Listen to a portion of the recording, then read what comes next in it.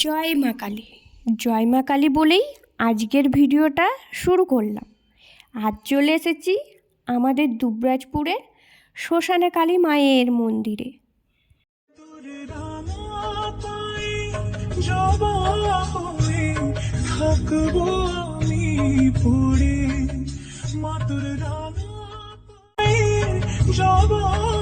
বরের কাজের ছুটি থাকলেই ঘুরতে বেরিয়ে পড়ি আমরা।